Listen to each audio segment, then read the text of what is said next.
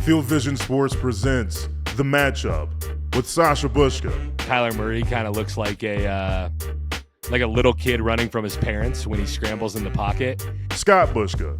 I had to tell my daughter that today wasn't really about her first day of school. It was really about me and the launch of our company. And Cody Alexander. Randomly, no. As somebody who's been around football my entire life, I literally can say that I've never smelled smelling salts, nor have I ever seen anybody actually have smelling salts. I'm sure that they were used at some point. Like, share, and subscribe. Welcome in to The Matchup by Field Vision Sports. Excited to have you with us as always. I'm your host, Sasha Bushka, joined by Head of Football Operations, Cody Alexander, and the Freddy Krueger of Field Vision Sports, Scott Bushka. Fellas, how are we feeling today? Doing great. Yeah, it's great. You're running, I feel like, what do the stats for our show look like? I feel like you're running out of material, and listeners are probably noticing.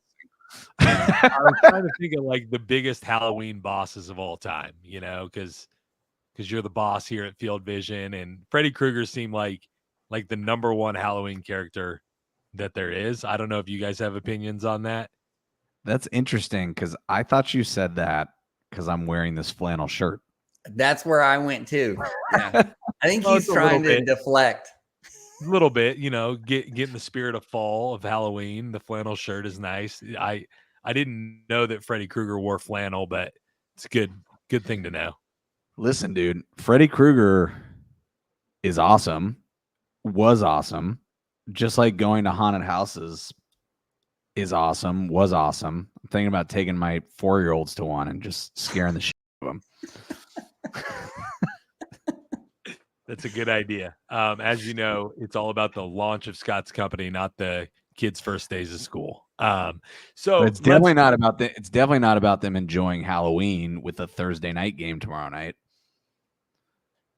That's a good point.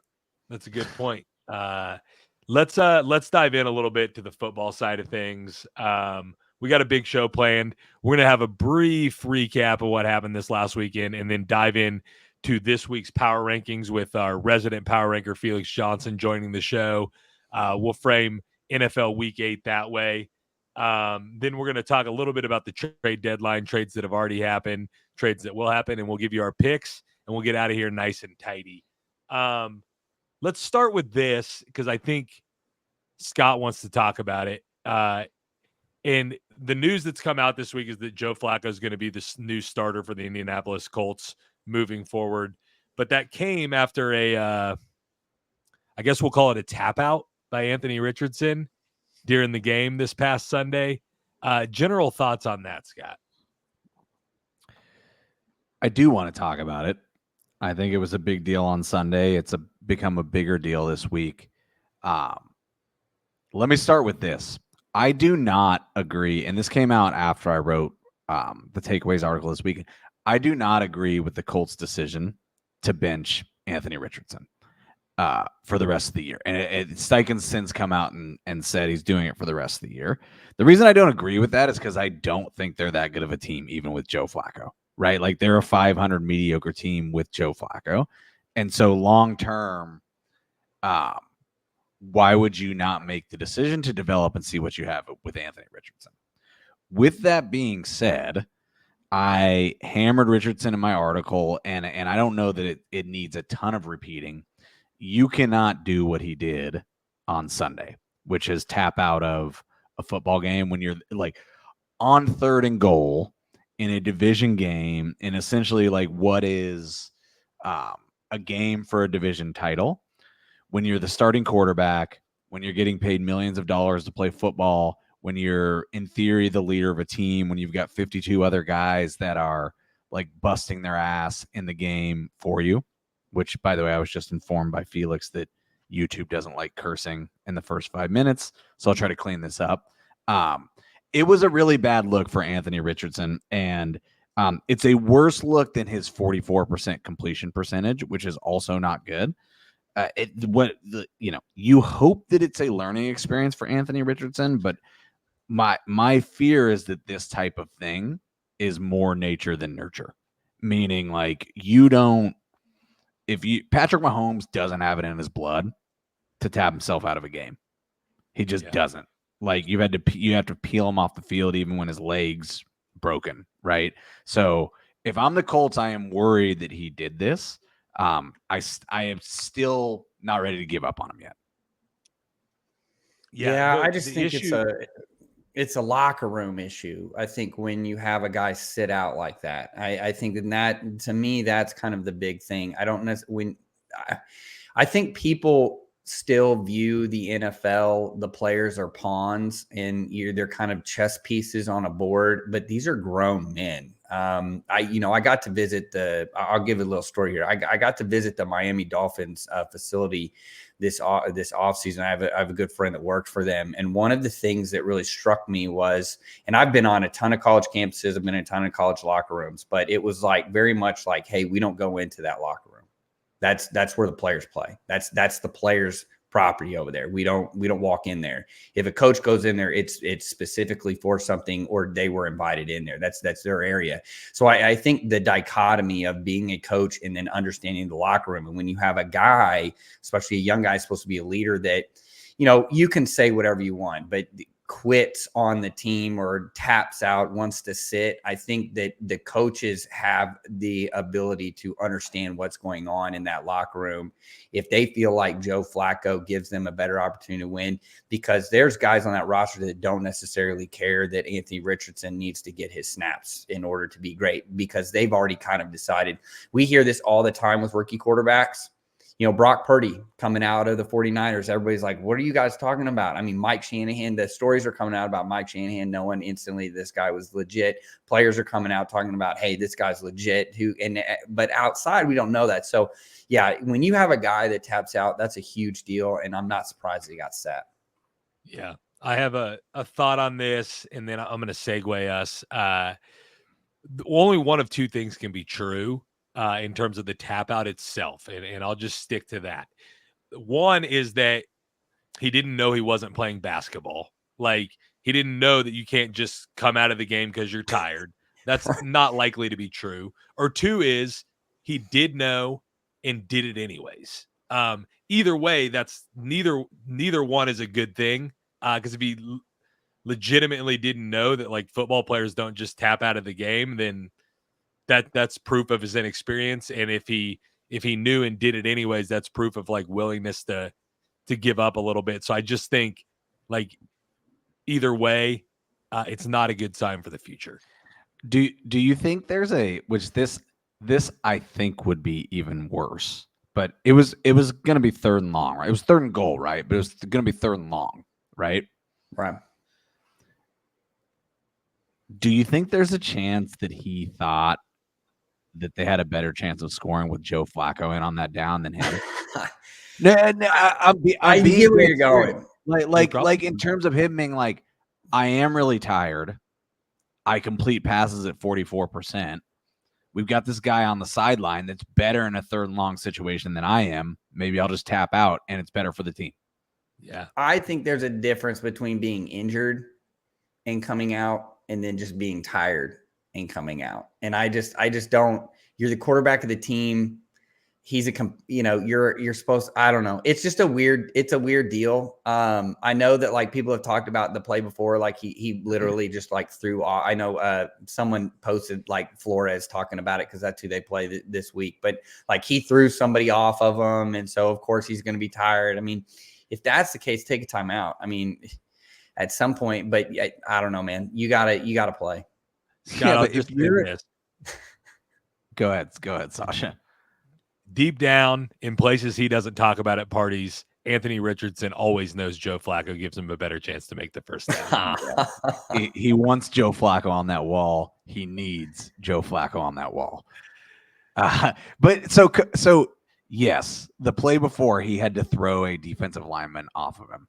I heard someone say this week, and I believe that it's true, quarterback is 100% the least physically taxing position on like mentally, no, but in terms of like play to play, the least physically taxing position of those 22 other positions. Like if you're an O lineman, you're doing that what he did every single play. Mm-hmm.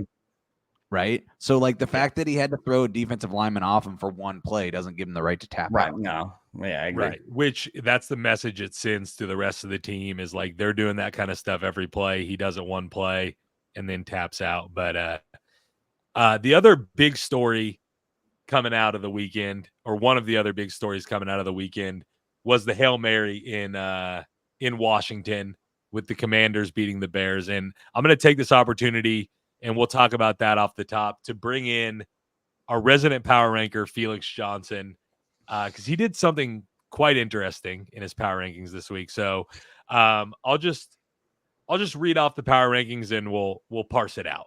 Out of the rankings this week, the Minnesota Vikings, which we'll probably get to that. Honorable mentions: Denver Broncos and Los Angeles Rams.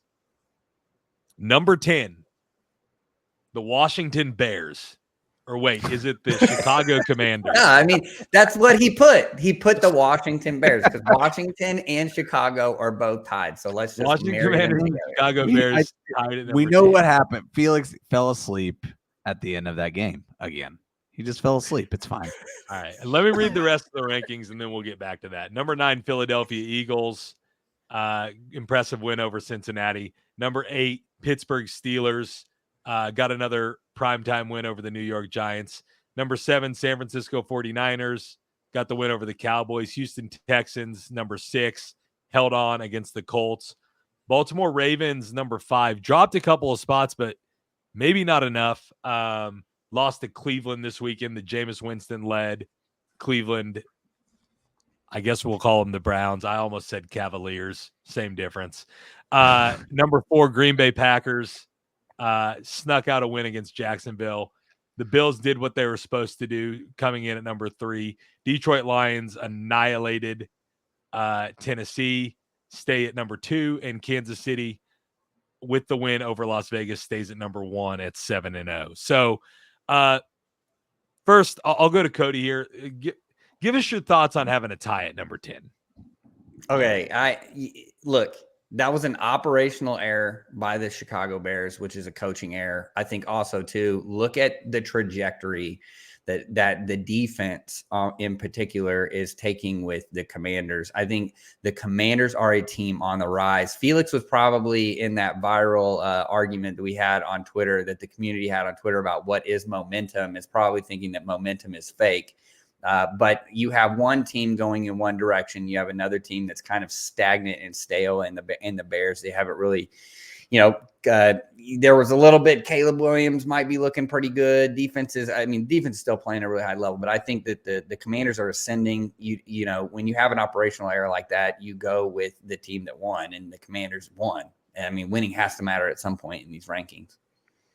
Right. And I think particularly with this one, and I said it in a text to Sasha, but with Washington, and they did it against the Giants earlier this year, but they've got to start scoring touchdowns, or else this situation can happen again, where it comes down where you're up 12-0 in the end of the third quarter, but 2 touchdowns later, all of a sudden you need the Hail Mary or a big 2-minute drive at the end of the game to try and win you a game like that. And as much as we love Jaden, he was fantastic throughout all of this one, and they kept driving the ball, and they kicked their field goals, and so obviously the ball was getting close, and so they had successful drives, and so that's obviously important for what they're going to do moving forward. But a lot of what I was saying and going into the weekend, not a lot of us knew that Jaden was going to play with the injury, and so I gambled before I knew Jaden was going to play, so that's kind of my fault.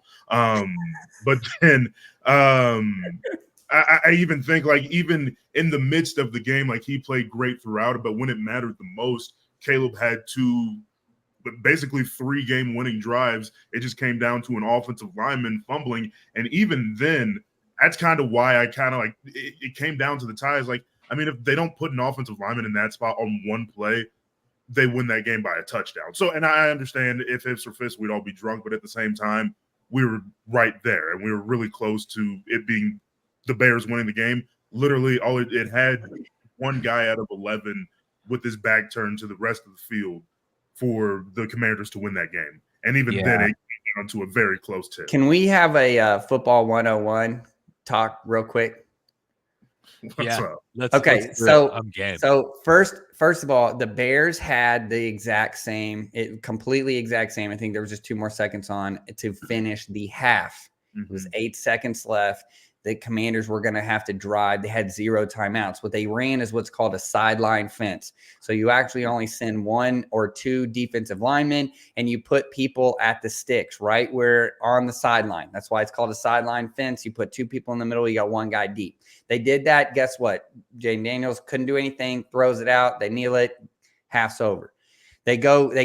Now we have 6 seconds. So the clock is even closer to 0 than it was at halftime.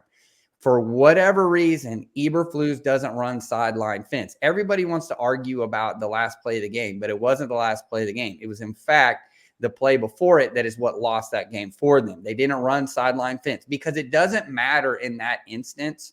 Remember, they do not have any timeouts. It does not matter if they catch it in the field.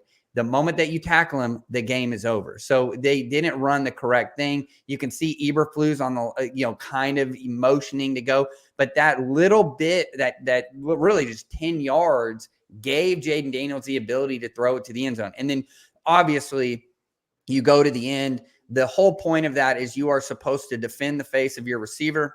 There should be an extra guy that's always in the back. Nobody's boxing out except for 1 guy. You got Tyreek Stevens in both plays, taunting the crowd. So it's just a huge abject failure just in terms of operation and coaching. They had timeouts. If it wasn't what you wanted, call a timeout. Like that, to me, it's just a huge deal. And why, again, I think the Commanders should be ahead of them in the power rankings.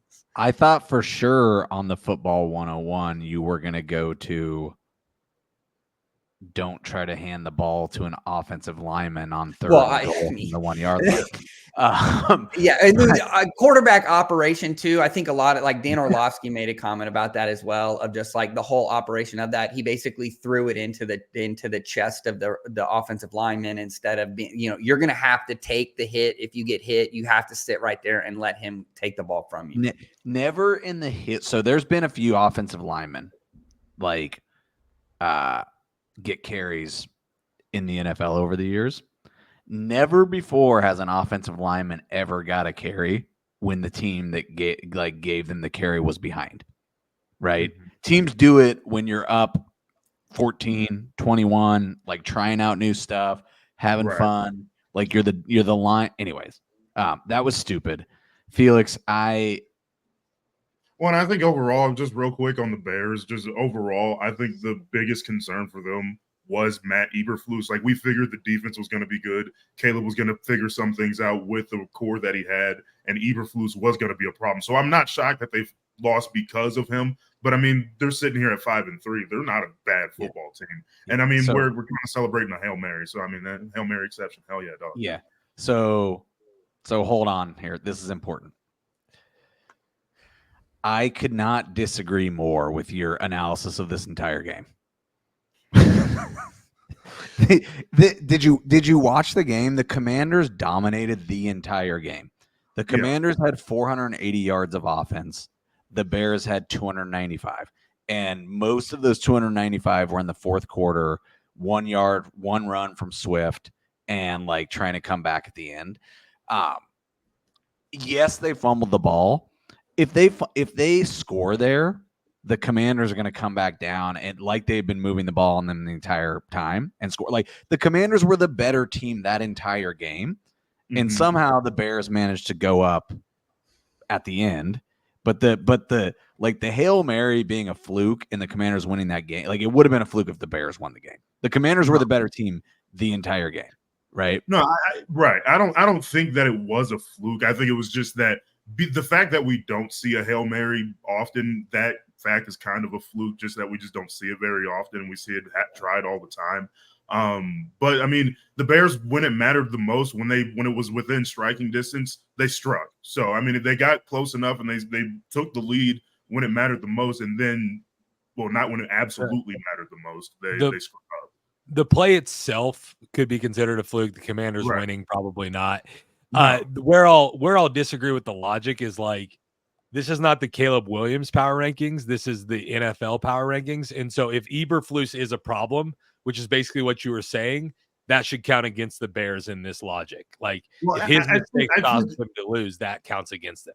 I think Eberflus might be a problem as a head coach, maybe not as a defensive head coach, and I don't know how much of a hand he has in the defense or if that's more of a coordinator story. But their defense has been fantastic. I mean, they held Jaden Daniels and the Commanders to 15 points until the Hail Mary, and then they end up winning by 18. So, or whatever, how many points they scored. I didn't do the math right.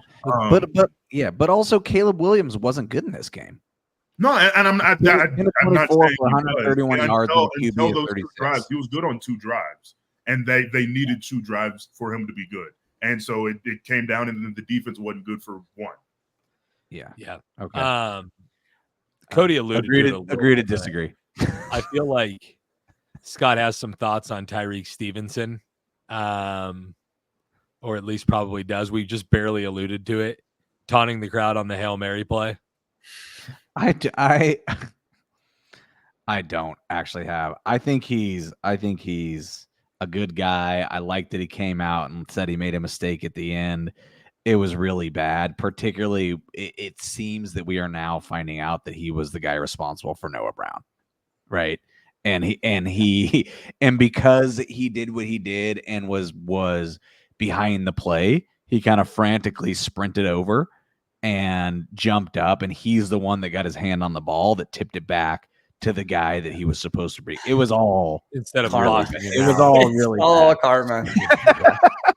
Yep. It was like, you can't make this stuff up. No, I mean, that's the NFL scripted, guys. The NFL scripted. I mean, but what if like 99 times out of 100 that ball hits the floor and he's the G that was just like, hey, screw you guys, flipping the bird to the entire stadium. So I mean, it almost worked, but I would understand if it was like the Lions or the Packers, like in your division, like you're just like, hey, I'm really gonna get. It's the Commanders. They're not even in. Like, yeah, they're an NFC opponent, but they're not even in your division. Like, get off of it. Go do your job. Like that's just. Can I tell how long it went on? Like the receivers were almost all the way. They're like in the end zone. They're like in the end zone. Yeah. Yeah. Can I since Cody did story time earlier, can I do a little quick Sunday betting with Scott Bushka story time? Because Sasha's so good at making his picks, as one does, as you know, I like to do, I might have placed a little wager early in the week on this game. I teased the over down to 37 from 43 to 37, and then I teased the Commanders from +2.5 to +8.5. So I had a pretty decent sized bet. Commanders +8.5 and over 37. That was before we knew Jaden Daniels was going to play, because I believed your argument about Mariota, Sasha. Jaden Daniels comes in, the lines go up, it flips towards the Commanders, the over goes up. I'm like, I'm sitting pretty. I got this over at 37, and the Commanders covering 8.5 points, or not covering 8.5 points, just needing to get within 8.5 points. Of course, you can tell the entire game that it's not going to get to 37, right? Right. At halftime, that the in-game over goes to 30.5, and I'm like, oh, this is definitely going over 30.5, right? And so I because I know I'm going to lose the first bet. I get in on a hedge and I place it another bet over 30.5, another decent sized bet. And then the whole game plays out. My wife's like, we got to go over to my in-laws. I take the 3 kids, go over to the in-laws. I'm watching the end of the game at their house. You got linemen fumbling. I'm like, so what are we sitting at? We're sitting at 27 and there's 2 seconds left. And then that play happens. Yeah. I love it. I had another guy tell me that the Bears were the last game of a 4-game parlay for him, and Washington covered on that. So betting there you have it. It cuts both ways. Stupid. If you're listening to this, you bet this game is unpredictable. All right, real quick, before we run out of time here, did you guys have any other qualms besides the tie with Felix's power rankings? I'll let Cody go first.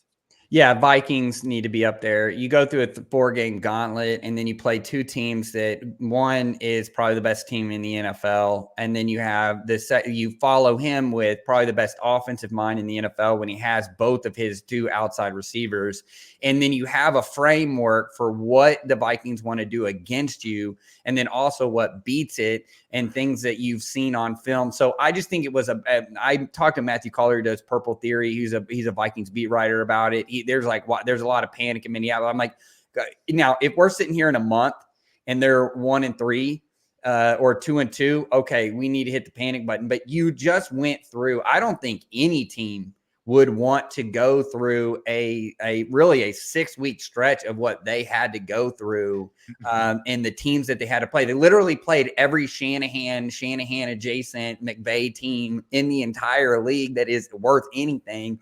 And they came out with it pretty much on top. So losing to probably two good teams. And I think the Rams look dangerous. So I was glad to see you put them in the power rankings. But no, that would be the only team that I have qualms with, is that I wouldn't have dropped the Vikings out just because we need we're looking at it and they're going to be able to reel off. There's a real possibility they could reel off a lot of wins in the next 2 months. Right, and I do agree with you. It's just kind of tough losing 2 games in 5 days, and for what that's worth, playing the Lions as physical as they are, there's the Lions curse or the Jared Goff curse or whatever you want to call it. When the teams that play the Lions always lose the next week, and that's exactly what happened to the Vikings. So they just kind of fell in line with that. But I think the tough part with the Vikings, and it's going to be the question they have to address throughout this end part of the season. And you're right, they could win 8 games in a row, but also with this division, we know that the Packers are good. We obviously know that the Lions are good. We know that the Bears are going to develop as the season goes. We'll see where they are after this loss. But if they're going to be contenders with those teams, then they have to start beating those teams. And so they didn't beat these 2 teams. With the Lions, the like you said, might be the best team in the NFL. They just dropped 52 on whoever the hell they played. Doesn't matter. They got 52 dropped on them. And then this week with the Rams, obviously a Super Bowl caliber type of head coach, and then getting Puka back and Cooper back. These are the type of teams that you're going to have to be playing, and then they lost. And didn't necessarily. And Brian Flores has been kind of getting exposed over the last couple of weeks. Don't know what's wrong with that, or if that's just whether that's Sean McVay or whatever. Brian Cashman being out. Yeah, exactly. So it might be different stuff like that, and they'll probably end up back exactly where they were. But we'll just see. And again, that's why we write an article every week, just to see where teams Let me are. follow up on the Vikings here real quick, Cody, and then we'll go to Scott. We know they started 5-0, but given the division they play in, and that they may or may not be better than the Lions and the Packers. So they may be slotted. I'm not saying they are, but you could make the argument pretty compellingly that they're the 3rd best team in their division. Given that fact, what percentage chance do you put on them making the playoffs? I would assume it's obviously over 50, but there's got to be some room there that it's possible that they miss the playoffs. Yeah, I mean, they don't play the Packers and the Lions again until the last 2 weeks of the season. So, I mean, I'll go through it. They're going to beat the Colts. They'll beat the Jaguars. They'll beat the Titans. I do believe that, okay, let's say that they lose to the Bears. Okay, they're going to beat the Cardinals. They're at home against the Falcons. I think that can be a win. The Bears, again, Seahawks, and then they go into it. I would just say that this is a 75% chance or higher, 80% chance that they make it to the playoffs if they stay healthy, they get Cashman back. I mean, this schedule plays out really nice, and there's potential where they could really, if they beat the Bears twice, and then can beat the Falcons, then you're looking at pretty much a team that they could have, 3 losses going into those last 2 games with the Packers and Lions, and then we're sitting here with a completely different feel of looking at them. So I think that they make the playoffs. Right, and they're getting a little mini good point. Yeah, I also am worried about the Vikings. The only problem with the argument, Felix, you made about them losing to the Rams and the Lions is that in their 5 wins include 3 wins over 3 teams that are in the top 7 in your power rankings. They already beat the Niners. They already beat the Texans. They already beat the Packers. So they got some pretty good wins in there too. They lost to the Lions, and then they lost on short rest to a Rams team that had to have the game. So I don't. They had to I have don't- it. Yep. So And that might be I'll just by the end of the year too. So yeah, schedule matters a lot in all of this stuff. Like we didn't get into it. We didn't get into it with the Commanders Bears, and I don't think this should like dictate how good we think a team is.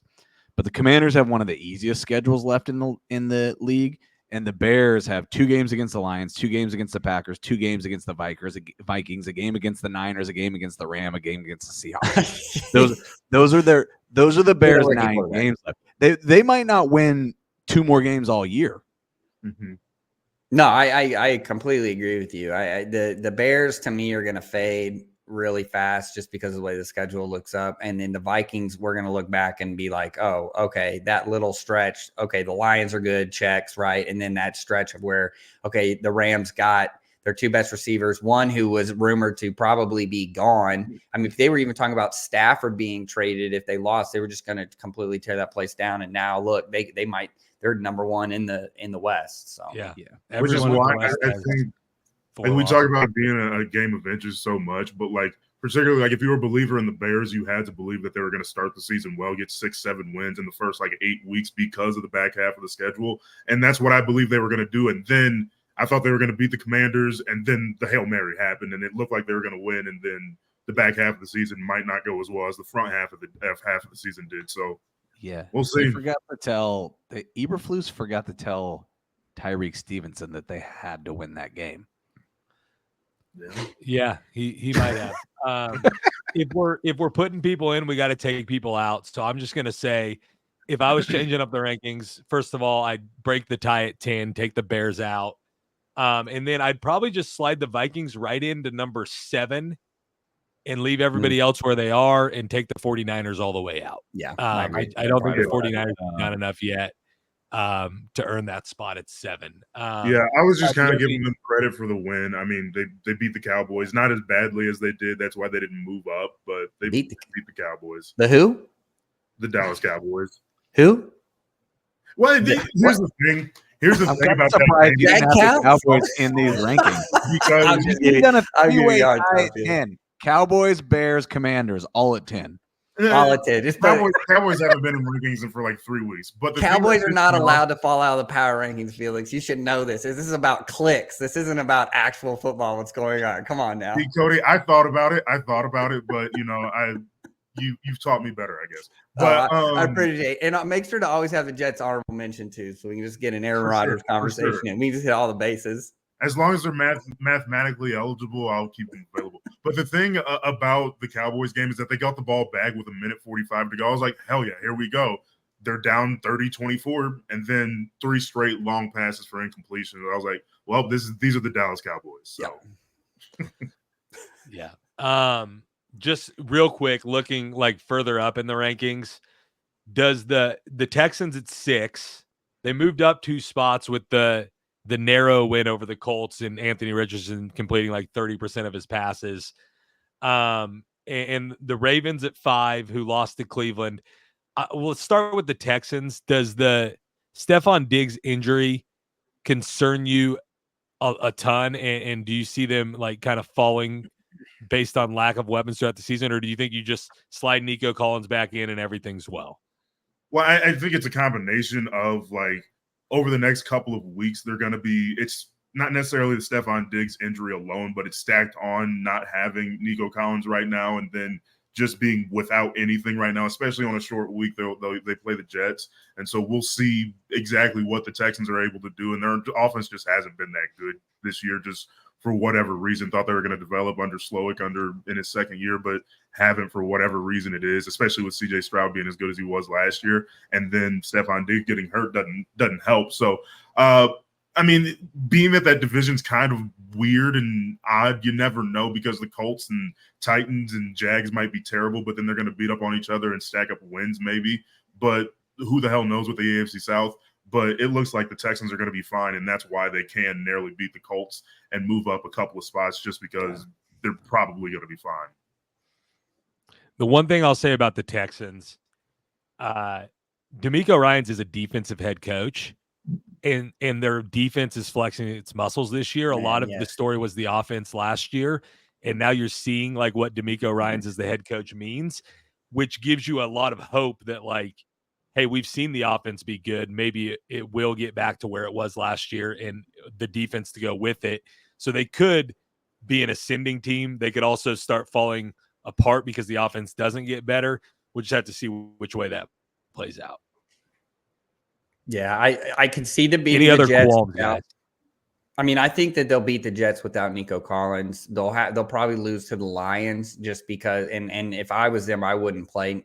So what I've heard is that post week 10 is probably when we're going to see him back. Probably wouldn't play him. Just take the L, and then after that, you're playing the South, and then you got a Dolphins team mixed in there that I think that they can beat as well. So this is, especially with that defense, lean into that defense. Joe Mixon's healthy now. I probably wouldn't have them high, but in terms of are they going to make the playoffs, I don't think this is a team that's going to fall apart. Right. Yeah. Felix, appreciate you taking the heat as always. It was fun as always. We're going to I'm going to call an audible here, a little Joe Flacco audible here. Not tap out, but go to break and get to the trade deadline on the other side of the break. You listen to the Matchup by Field Vision Sports. Stay with us. You think so? That 2 teams of 10 really gave us some lively fodder. I was trying to do something fun. Keep you on your toes, Scotty. Just your love for Caleb Williams is. I was on the radio for 3 years. He has his pets and he sticks with them. Yeah. I mean, well, the thing is, 99 times out of 100, they win that game because one guy's paying attention, but he wasn't. So it is what it is. And I was just trying to do something fun. Great. But yeah, that's it. And that's right. That's why we got to talk about it. Yeah, you're welcome. Content creator Felix. Welcome back into the Matchup by Field Vision Sports. Excited to be with you. We had a rousing session talking about Felix's power rankings and not necessarily ripping them to shreds, just a little bone to pick with a few things in there. But we're going to move on. The NFL trade deadline, I believe, is next Tuesday. Some trades have already gone down. There's some potential trades still out there. So we're going to take a little bit of time to talk about those before we get into our picks this week. Let's start on the defensive side because that's kind of Cody's area of expertise. The Chiefs are going for a three-peat. We all know they got DeAndre Hopkins last week. We actually talked about that a little bit on last week's pod. But they were able to acquire linebacker Josh Uche in a trade with the Patriots this yesterday, I believe. Cody, is that a good fit for the Chiefs? Does it fill a need for them? I just think with Mike Dana being a little bit banged up, it gives them more rotational depth on the defensive line, which is something they need. They're already really pretty good in terms of run defense to help them out kind of in the back end. Having another edge rusher is going to be there, kind of a utility guy, a work guy. He's coming from the Patriots defense, which means, he can fit the run. So he fits probably culturally into what they're trying to do. What's interesting too about this, and this, I think this really kind of shows you that they're doubling down on defense, is that if you really look at their pass rush production, which is a way of tracking like sacks, hurries, hits, all those different things, they're actually 4th in the NFL right now in terms of pass rush production. So this is them kind of saying, hey, we want to have a little bit of a rotational basis, keep those guys fresh. To me, this is just kind of doubling down on that defense and saying this is who we are this year and this is what we're going to do. Yeah, Scott, I want to ask you a question because it pertains to the Hopkins move and the Uche move. The fact that the Chiefs are going for a three-peat and no team in NFL history has ever done that, does that kind of change the dynamic of how they approach the trade deadline? Because if they win this one, the third in a row, that's almost like as good as winning 2 when you consider like what it means historically. Do you think that's changing the dynamic of how they view giving up draft picks and bringing in guys to help this year? I think it certainly is a little bit. Not like Veach is always active around the trade deadline, but there in years past, like people talk about the fact that the Chiefs have picked up a receiver in the last 3 trade deadlines. I would argue picking up DeAndre Hopkins is quite a bit different than picking up McCole Hardman back from the Jets, right? Like that is a different caliber of player. And then you add in the Josh Uche trade. Like it's pretty clear to me that Veach and Reed and just the Chiefs organization are saying we're all in on winning a championship. Now, I think they're kind of all in on winning a championship every year. I also think that they have over the years done a really good job of loading up on picks in those later rounds because they know it gives them ammo to play with the trade deadline, right? So when you think about like what they got from the letting L'Jarius Sneed go, and some of the other moves they made in the offseason, like they have picks in those later rounds that they can use to do stuff like this. So I still don't think they're mortgaging their future.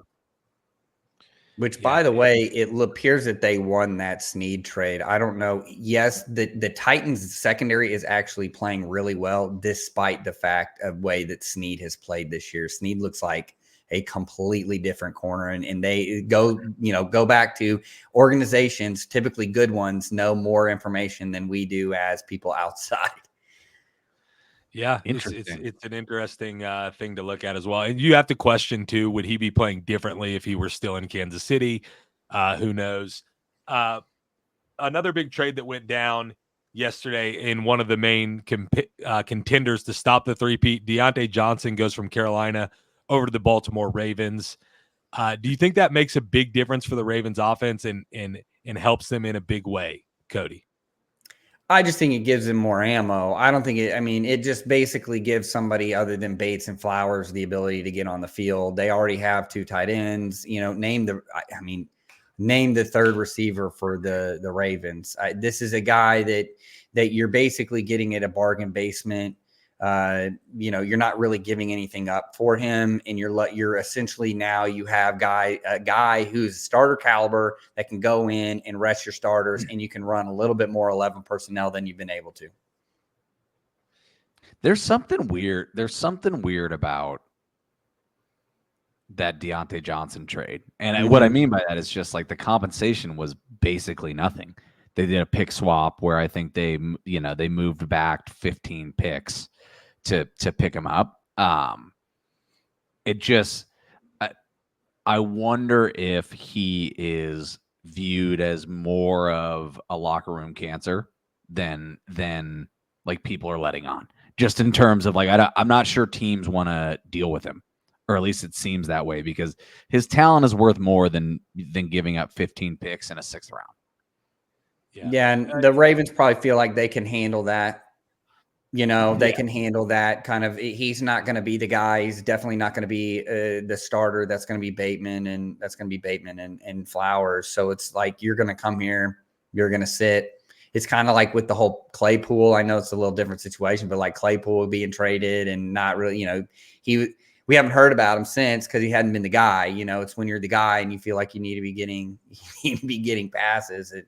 That tends when we get the diva that comes out. Must be something in the water in the Pittsburgh receiver room, a broken fountain or something. Mike Tomlin hates receivers. By the way, did you guys see George Pickens do like from the top rope do the wrestling move?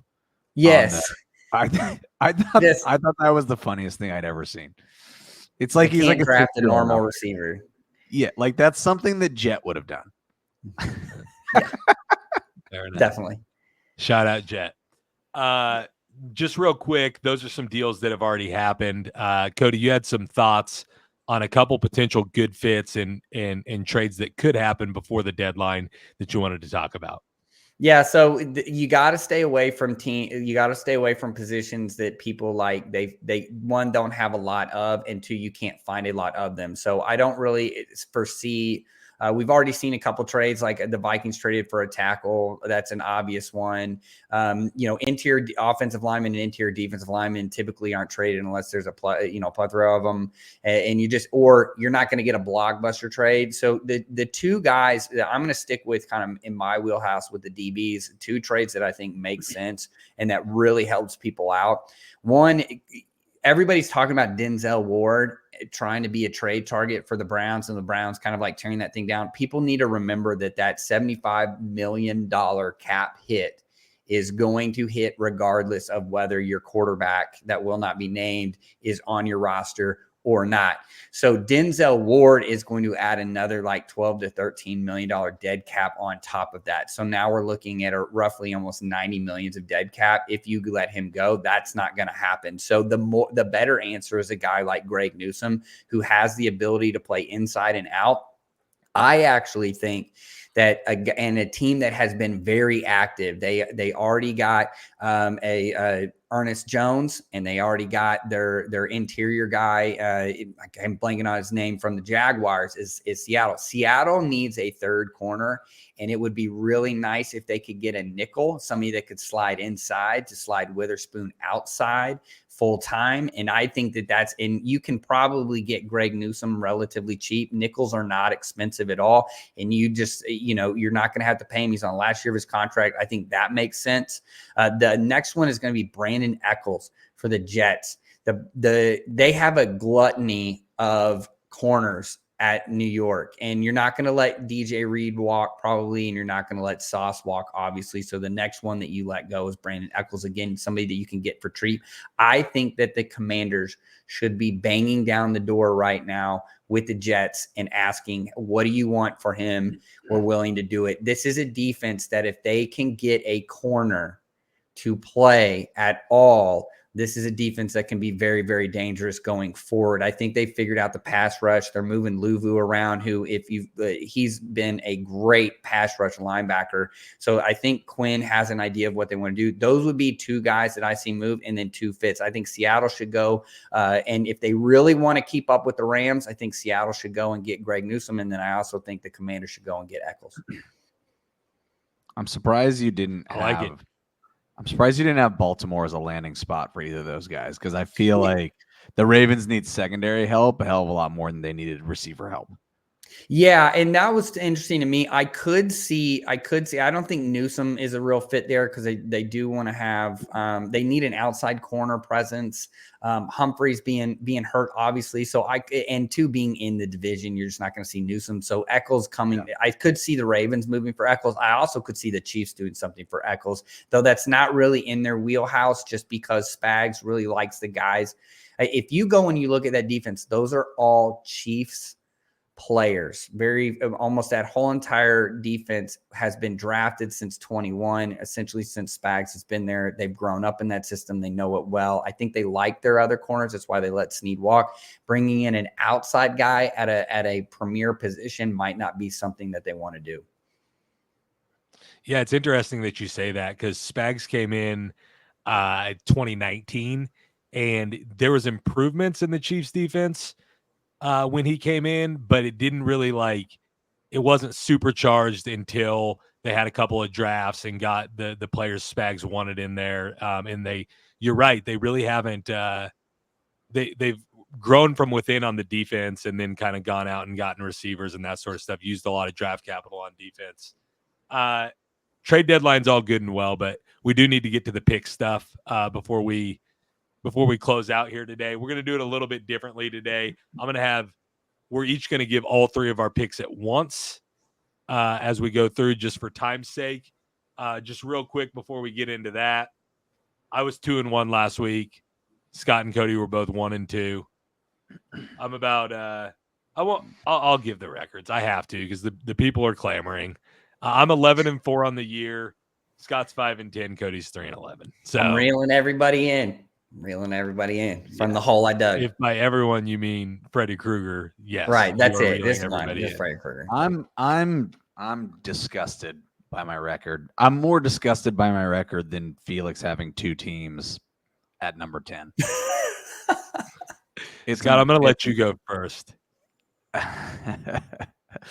It's embarrassing for me. The comeback starts in week 9. What is it week 9? I got 3 picks. Tried an under last week. I'm trusting the model. I'm going Cole Kmet over the most recent number I saw, I believe, was 29.5. He's getting in the 30s. He was in the 3 or 4 games before last game. He had a tough game against Washington. He's a bit of a security blanket for Caleb Williams. So I think against an Arizona secondary that's gettable, Caleb Williams goes back to him. So Cole Kmet over 29.5 yards. I got the Broncos Ravens over 44.5. I see this playing out similar to us taking the Cowboys Niners over last week, which is that the Ravens are going to be pissed. The Ravens are going to get up big. I know that Denver has a good defense, but like Ravens offense is explosive. They're going to get up big, but we all know Baltimore likes to give up points. Their secondary and their defense isn't great, and you know who's not going to give up and is pretty good, like trying to score points from behind? Bo Nix, Sean Payton, and Denver. So give me Broncos Ravens over 44.5. And then finally, you guys are going to love this one. Give me Bryce Young and the Carolina Panthers to cover 7 points in a division game at home against the Saints. They each played the Broncos the last 2 weeks. The Panthers put up a hell of a lot more fight against the Broncos than the Saints did. Spencer Rattler's really bad. I hope they don't put in that other guy who I don't even know his name, who went to Fresno State. Haener. Cody loves him.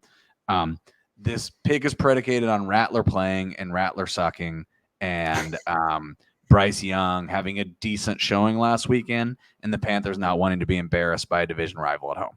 Panthers plus 7. I like that pick too. All right. Good work, Scott. Cole Kmet over, Broncos Ravens over, Panthers cover. I'll go next. We'll let Cody finish it with a bang. We're not sure on a 100% Vegas over under on this yet. So I'll just say under any number that it comes in at. And right now it's at 48, but if it goes lower, I'll still take it.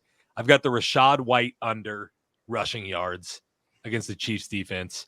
Couple of factors at play here. The Chiefs have been really good against the run. I think with the Bucs having no receivers still, that they'll be playing from behind in this game. That'll make it even harder to run the ball. And third, he's one of 3 running backs now, and they use him a lot in the passing game. But Bucky Irving's getting the majority of like the run down work. So I don't see Rachaad White getting a ton of carries. I'll take him under. I've got one of the strongest for a game pick. One of the strongest signals in our model is the Falcons to cover against the Cowboys. Falcons at home. I'm just picking against the Cowboys until proven otherwise at this point.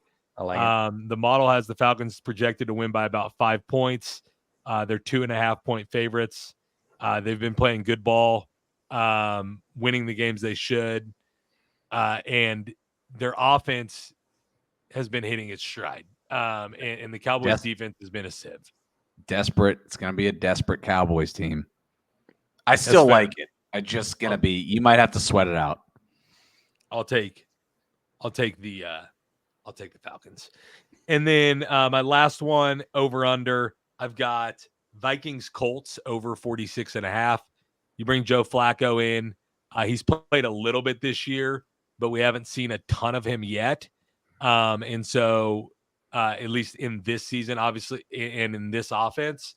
So I think the Colts offense has a chance to move the ball. And I think the Vikings offense, they've come out like gangbusters in a lot of games and then kind of like stopped scoring. They had 2 touchdowns in the first quarter against the Rams and then only scored 6 points the rest of the game. I think they're going to look to get that fixed on the partial bye, the semi bye, whatever you want to call it, 10 days since Thursday Night Football. So I think they score early and score often in this one and don't take their foot off the gas. So I'll go over 46.5 Vikings Colts. That game is, I like that pick. I stared at it long and hard for my cover pick too, because I think I'm worried about Joe Flacco being a statue against Brian Flores. Mm-hmm. Yeah. I think Vikings Fair get back concern. on track too.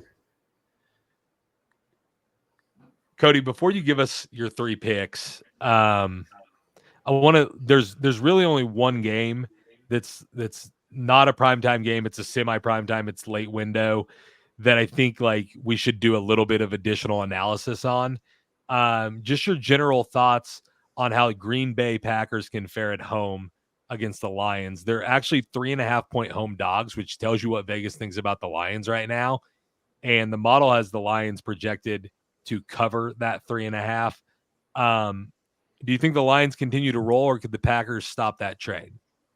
I think it's gonna be close, but I like the Lions in this, and the way that the Lions defense is playing right now is really good, and it fares well, and they've proven that they fare well against this style of defense. I also think that the offense is a complete mismatch in terms of passing.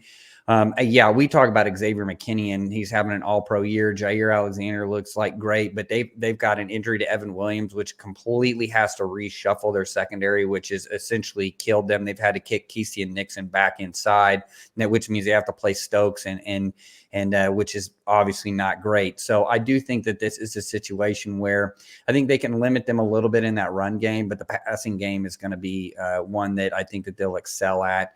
In terms of like what is there's really not a lot of things that the Green Bay can do. Maybe some, maybe do some deep passing, take some shots in those man coverage if they can hit some shots, which they have proven that they can be. I just don't see there's not much of an advantage running the ball either against this Lions team. To me, this is a situation where a 3-game dog, like a 3-point dog at home, probably fits. I think the Packers keep it close, but I think the Lions really are the better team here. Yeah. I think most people feel that way right now, and the Lions are putting the league on notice. Cody, how about your 3 picks for this week?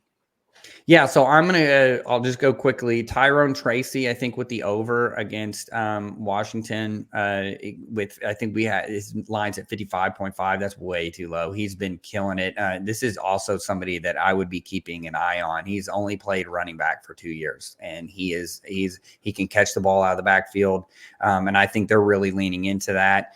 The over-under, I've got Dallas, Atlanta over, so I'm going to go with that game. I think that the Cowboys do score points, but I don't think that they're able to stop the Atlanta, and they don't have a pass rush. I mean, even if Micah Parsons plays, I just don't see them being able to sack Kirk Cousins enough. I think they have really figured that offense out and what they really like and what Cousins does. They're rolling right now.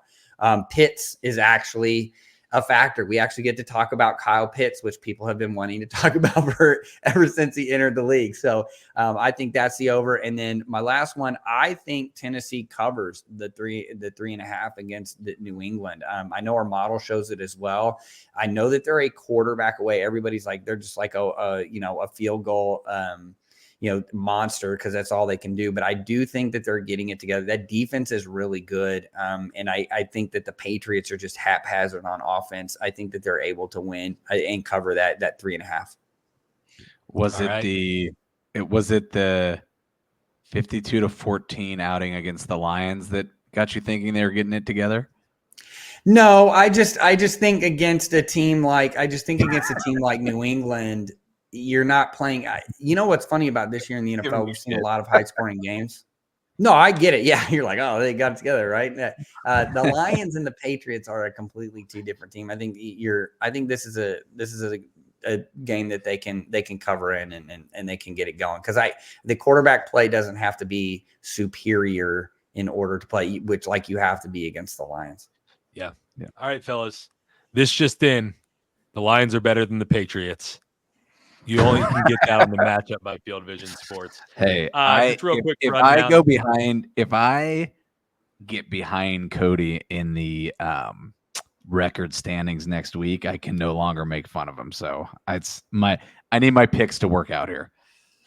Absolutely. Quick rundown of the picks. I've got Rashad White under, Atlanta cover, Vikings Colts over. Scott's got Cole Kmet over, Broncos Ravens over, Panthers cover, and Cody's got Tyrone Tracy over, Dallas Atlanta over, and the Titans cover.